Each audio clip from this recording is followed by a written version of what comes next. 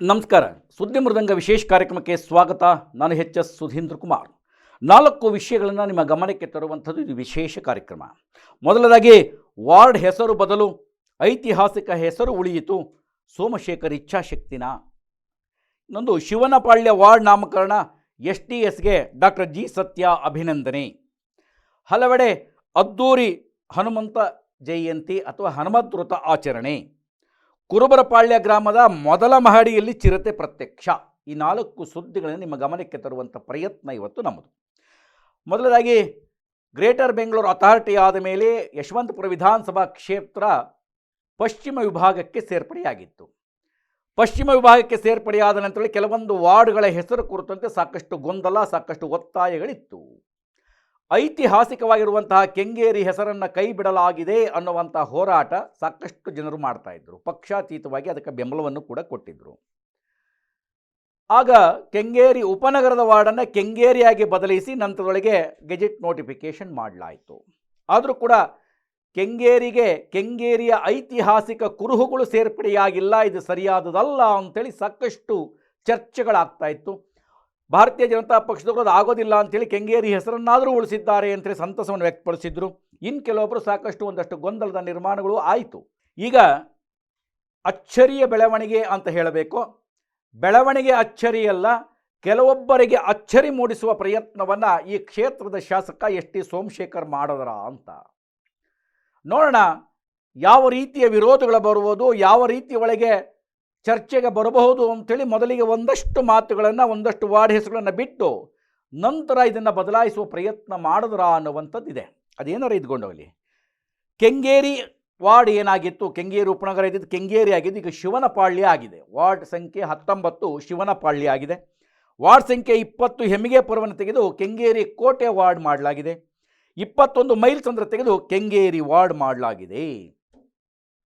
ಐತಿಹಾಸಿಕ ಪರಂಪರೆ ಇರುವಂತಹ ಕೋಟೆ, ಐತಿಹಾಸಿಕ ಪರಂಪರೆ ಇರುವಂತಹ ಶ್ರೀ ಸೋಮೇಶ್ವರ ದೇವಸ್ಥಾನ, ಐತಿಹಾಸಿಕ ಪರಂಪರೆ ಇರುವಂತಹ ಮಾರಮ್ಮ ದೇವಸ್ಥಾನ, ಇದೆಲ್ಲವೂ ಕೂಡ ಕೆಂಗೇರಿ ಕೋಟೆ ವಾರ್ಡ್ ಆಗಿ ಹೆಮ್ಮಿಗೆಪುರ ಹೊರಟು ಹೋಗಿದೆ.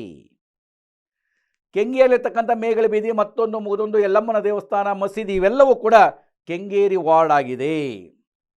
ಕೆಂಗೇರಿ ಉಪನಗರ ಇದ್ದಿದ್ದು ಶಿವನಪಾಳ್ಯವಾಗಿದೆ. ಇದು ಸೋಮಶೇಖರ್ ಅವರು ಸ್ವಂತ ಶಕ್ತಿಯಿಂದ ಈ ಕೆಲಸವನ್ನು ಮಾಡಿದ್ದಾರೆ.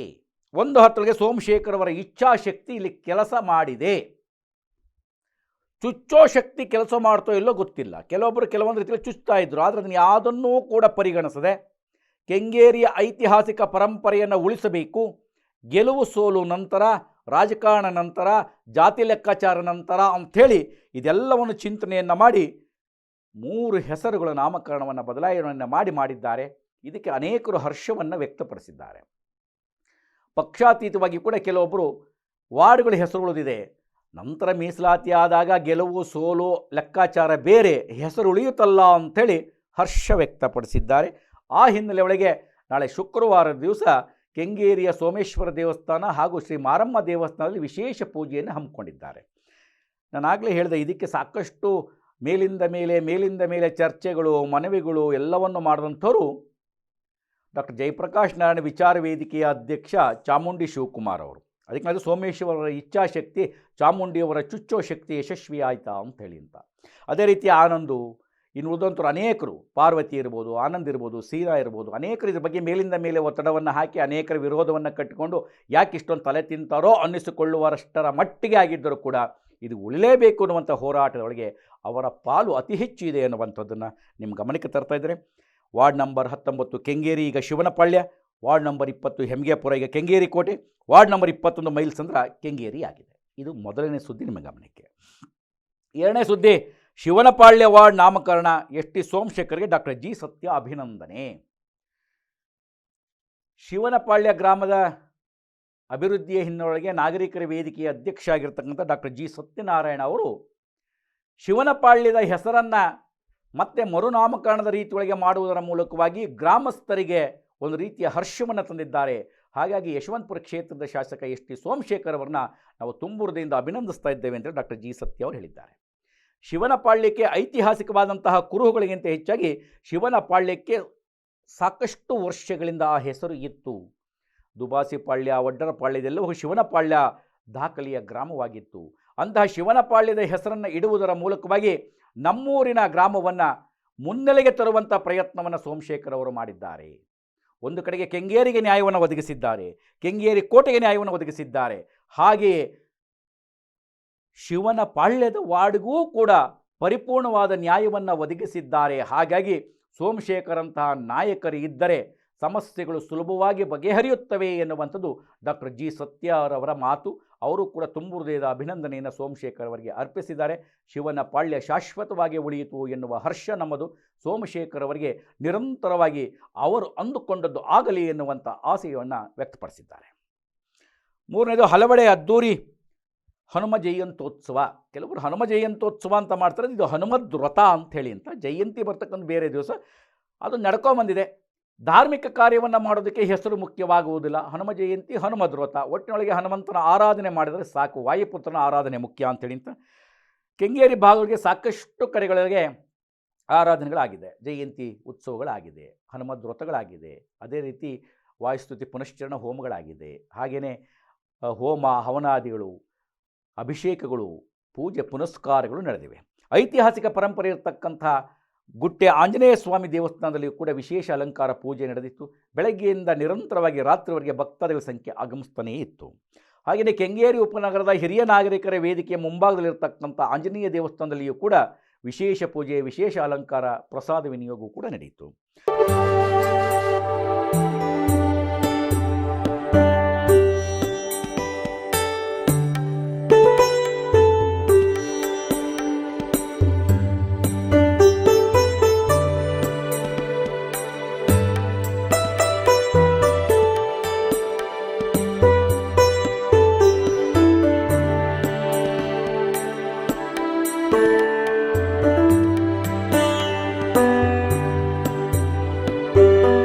ಹಾಗೆಯೇ ನೇತಾಜಿ ನಗರ ಶಿರ್ಕೆ ಅನ್ನುವಂಥದ್ದು, ಆ ಶಿರ್ಕೆಯ ಒಳಭಾಗದಲ್ಲಿರ್ತಕ್ಕಂಥ ಆಂಜನೇಯ ಸ್ವಾಮಿ ದೇವಸ್ಥಾನದಲ್ಲೂ ಕೂಡ ವಿಶೇಷ ಅಲಂಕಾರ, ಗೋಡಂಬಿ ಅಲಂಕಾರವನ್ನು ಮಾಡುವುದರ ಮೂಲಕವಾಗಿ ವಿಶೇಷವಾಗಿರ್ತಕ್ಕಂಥ ಆಕರ್ಷಣೆಯ ಜೊತೆಗೆ ಭಕ್ತಿ ಭಾವದಿಂದ ಪೂಜೆ ಪುನಸ್ಕಾರಗಳು ನಡೆದಿರ್ತಕ್ಕಂಥದ್ದು.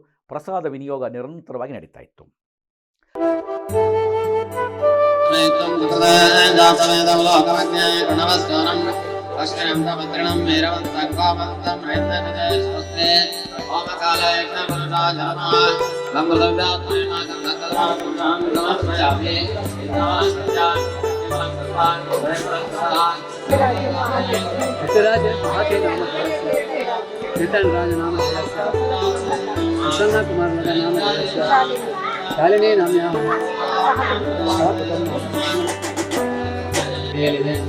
ಎಲ್ಲ ಭಕ್ತಾದಿಗಳು ಸಹ ಹೆಚ್ಚಿನ ಸಂಖ್ಯೆಯಲ್ಲಿ ದೇವಾಲಯಕ್ಕೆ ಆಗಮಿಸಿ ಸ್ವಾಮಿಯ ಅನೇಕ ವರ್ಷಗಳಿಂದ ಸೊನ್ನೇನಹಳ್ಳಿಯ ಗ್ರಾಮ ಪಂಚಾಯತ್, ಸೊನ್ನೇನಹಳ್ಳಿಯ ಗ್ರಾಮದೊಳಗೆ ನಡೀತಕ್ಕಂಥ ಶ್ರೀ ವೀರಾಂಜನೇಯ ಸ್ವಾಮಿ ಜಯಂತ್ಯೋತ್ಸವ ಕೂಡ ಅತ್ಯಂತ ಶ್ರದ್ಧಾಭಕ್ತಿಯಿಂದ ನೆರವೇರಿತು.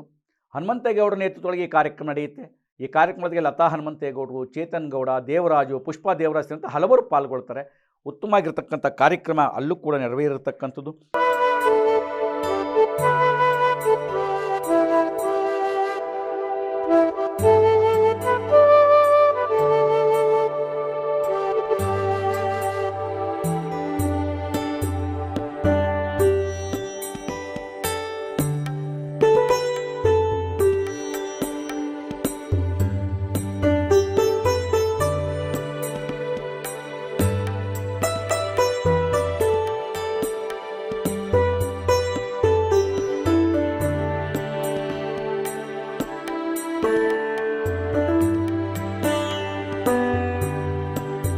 ಶಿರ್ಕೆ ವೃತ್ತದ ಕಾರ್ಯಕ್ರಮಕ್ಕೆ ಮಾಜಿ ಪುರಸಭಾ ಸದಸ್ಯ, ಮಾಜಿ BBMP ನಾಮನಿರ್ದೇಶಿತ ಸದಸ್ಯ KR ಸುಧೀರ್ ಹಾಗೂ ಹಲವರು ಸೇರಿಕೊಂಡು ಅತ್ಯುತ್ತಮವಾದ ಕಾರ್ಯಕ್ರಮವನ್ನು ಮಾಡುವಂಥದ್ದು.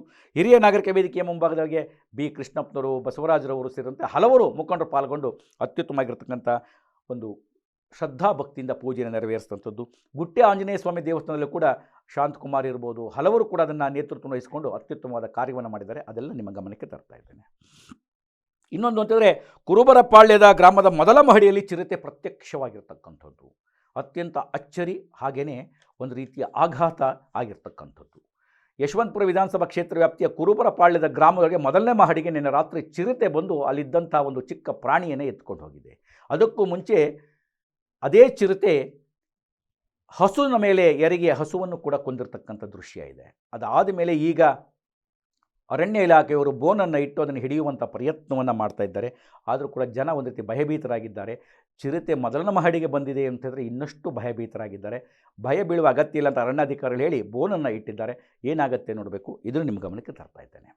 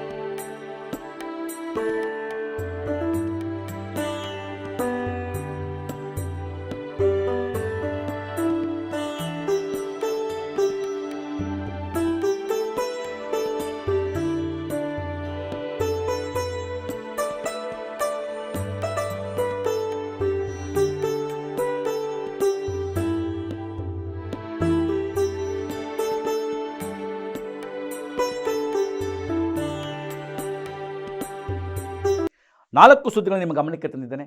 ಮತ್ತೆ ವಿಶೇಷವಾದ ಸುದ್ದಿ, ವಿಶೇಷವಾದ ಮಾಹಿತಿಯನ್ನು ಹೊತ್ತು ಬರ್ತಾನೆ. ನಮಸ್ಕಾರ.